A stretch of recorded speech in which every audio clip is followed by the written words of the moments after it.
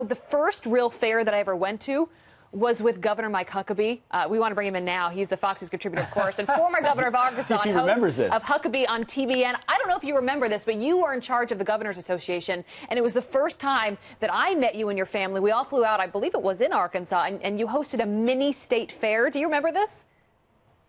Yes, I do, Abby.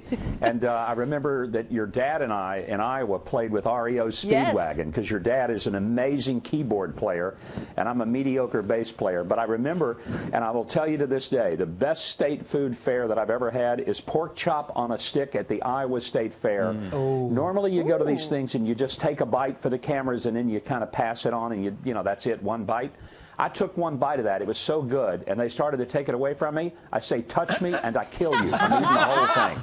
It was that good. It is really good. I can attest to that. The governor is telling the truth, and people line up just to get that Iowa State Fair pork chop. It is a serious thing. And people also line up, Governor, for these big rallies that we are seeing the president do. He is really getting us all in gear for the midterms. He was in Tampa earlier, in Pennsylvania last night, in Ohio, and he really takes the time, Governor, to remind his base why they voted for him, why he is the person that is fighting for the things that they care most about, and that is this country.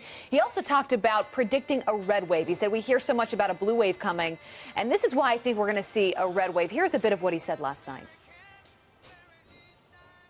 Oh, I guess we don't have that stuff, but you were watching, we were all watching it, Governor. What were the highlights for you? You know, I think what Donald Trump is doing, and he's doing it so effectively, is reminding people that if you want to give up your crumbs, your bonuses, your pay increases, if you want to go back to an economy that no longer is chugging along with 4.1% GDP growth and go back to an anemic, just struggling economy, vote for the Democrats. If you want a government that moves us more toward socialism, more toward the idea of you working hard and then giving it to somebody who didn't work as hard as you do, vote for the Democrats, because that's what we're looking at. If you want a nation and a world that's not as safe, that hates cops, that wants to surrender and bow down to foreign leaders, vote for the Democrats. And I don't know of anything that the president could do more effectively than what he's doing, and that's going out there. And it drives the media people nuts. It drives the elitists living in the bubbles of New York, Hollywood, and D.C. nuts. But it's rallying the people and reminding them why he won overwhelmingly in November of 2016. And, Governor, the president's out there rallying for also Troy Balderson running against the Democrat Danny O'Connor. Do you feel like he's going to have an impact there?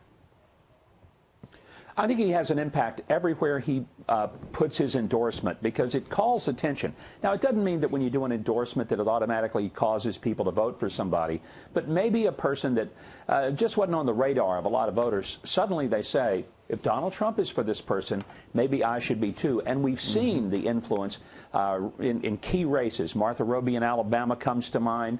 There's some other races where I think he's played a significant role in boosting the candidate and giving them the push over the finish line. Absolutely. Well, one of the things the president spoke about last night was the fake news media. He's tweeting about it again this morning. And part of the reason he talks about it is because they fail to tell the whole story, or they tell one side of the story and then pretend like it's unbiased.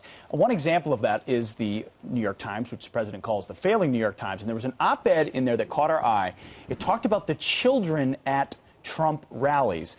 It said, what is it like to see young people exposed to so much anger? Heartbreaking, says a Times photographer. So he's positing that these kids at the rally that go with their parents, they're in a bad spot. Now, you've had kids go to plenty of rallies. What does it do how does it affect kids?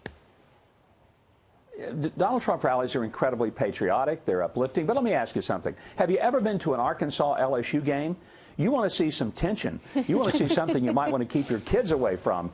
That ought to do it. But let me ask you this. Why don't we take our kids to something more calm, like a Maxine Waters speech? That ought to really be something that puts you in a soothing mood. I mean, good heavens, the New York Times is embarrassing itself. They just hired a racist, sexist, cop-hating person to be on their editorial board, and they even have the audacity to defend it.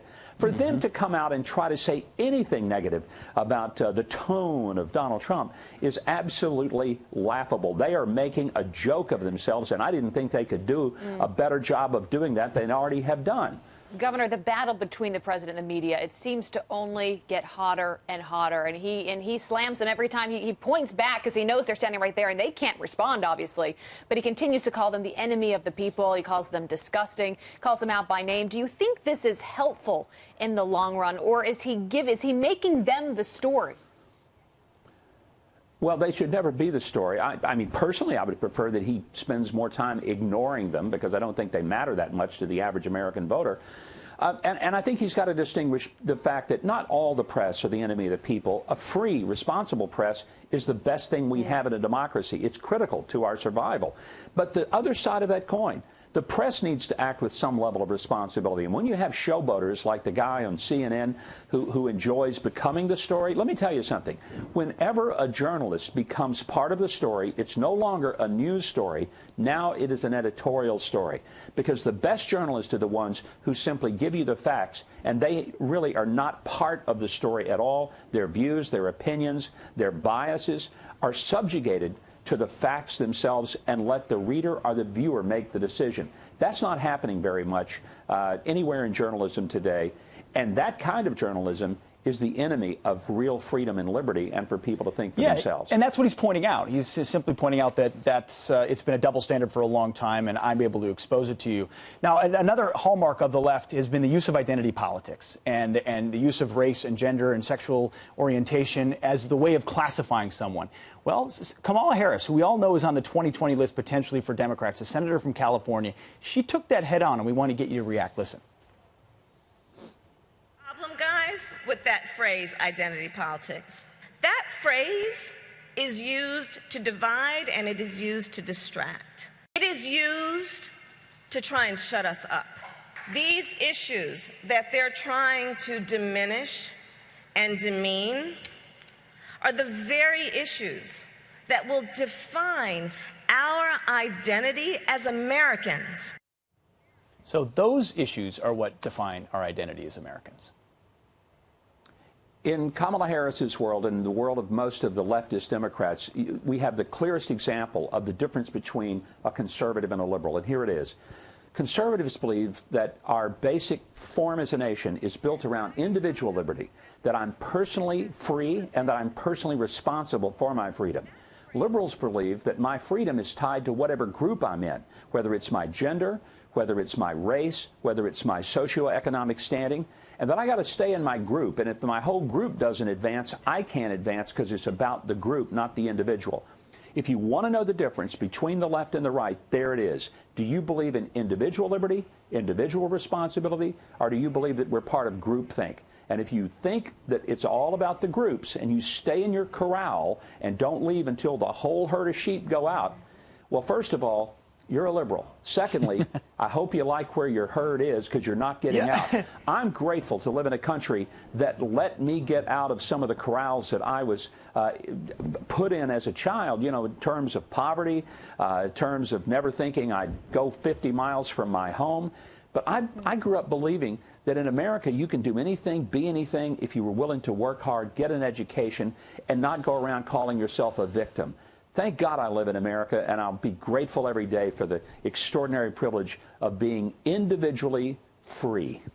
That is very well said, Governor. Well said, and thank you, Governor, because now I'm hungry for that pork chop on a stick. Governor, I'm having flashbacks. I'm having flashbacks to the fair we went to with REO Speedwagon. I was a backup singer singing "Go, Johnny, go, go." Do you remember that? It really did happen. Yes, I wish we had video to prove it. And I wish we did. One other thing I got to remind you of, Tom Vilsack playing the spoons. Governor of Iowa, great guy and a good friend of ours.